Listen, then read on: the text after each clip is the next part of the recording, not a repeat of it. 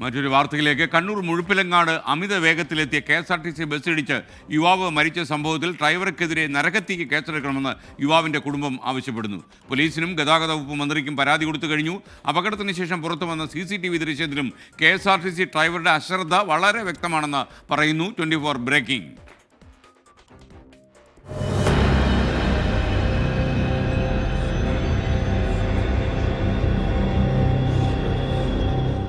ഈ മാസം 7-ന് തലശ്ശേരി സ്വദേശി മുഹമ്മദ് ഷജ്മീറിന്റെ ജീവനെടുത്ത അപകടത്തിന്റെ CCTV ദൃശ്യമാണിത്.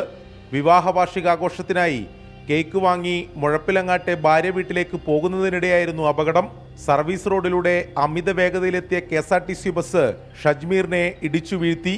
ബസ്സിനടിയിൽ കുടുങ്ങിയ സ്കൂട്ടറുമായി KSRTC വീണ്ടും മുന്നോട്ടു പോയി.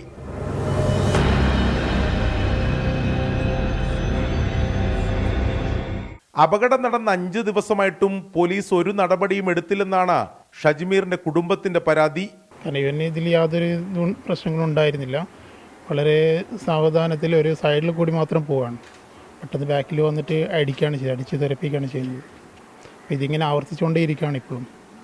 ഇപ്പോൾ അത് കഴിഞ്ഞതിന് ശേഷം പിറ്റേന്ന് വേറൊരു അപകടം കൂടി ഉണ്ടായി ആ റോഡിൽ തന്നെ. ശക്തമായ എന്തെങ്കിലും ഒരു നടപടി എടുത്തേ പറ്റുള്ളൂ. നമ്മൾ ഡ്രൈവർക്കെതിരെ നരഹത്യ കുറ്റം ചുമത്തി കേസെടുക്കണമെന്നാണ് ആവശ്യം. ഡ്രൈവർക്കെതിരെ നരഹത്യ കേസ് ചെയ്യണം. നരഹത്യക്ക് തന്നെ കേസെടുക്കേണ്ടി വരും. കാരണം അവൻ അത്രയും വളരെ സ്ലോ ആയിട്ട് പോകുന്നത്, വണ്ടി അടിക്കുന്ന രംഗം എല്ലാ CCTVയിലും പതിഞ്ഞിട്ടുണ്ട്. പിന്നെ ഈ കേസുമായിട്ട് നമ്മൾ മുന്നോട്ട് പോവുകയും ചെയ്യും. അന്വേഷണം തുടരുന്നുവെന്നാണ് എടക്കാട് പോലീസിന്റെ വിശദീകരണം. ഡ്രൈവർക്കെതിരെ കേസെടുത്തില്ലെങ്കിൽ കോടതിയെ ഉൾപ്പെടെ സമീപിക്കാനാണ് ഷജ്മീറിന്റെ ബന്ധുക്കളുടെ തീരുമാനം. 24 കണ്ണൂർ.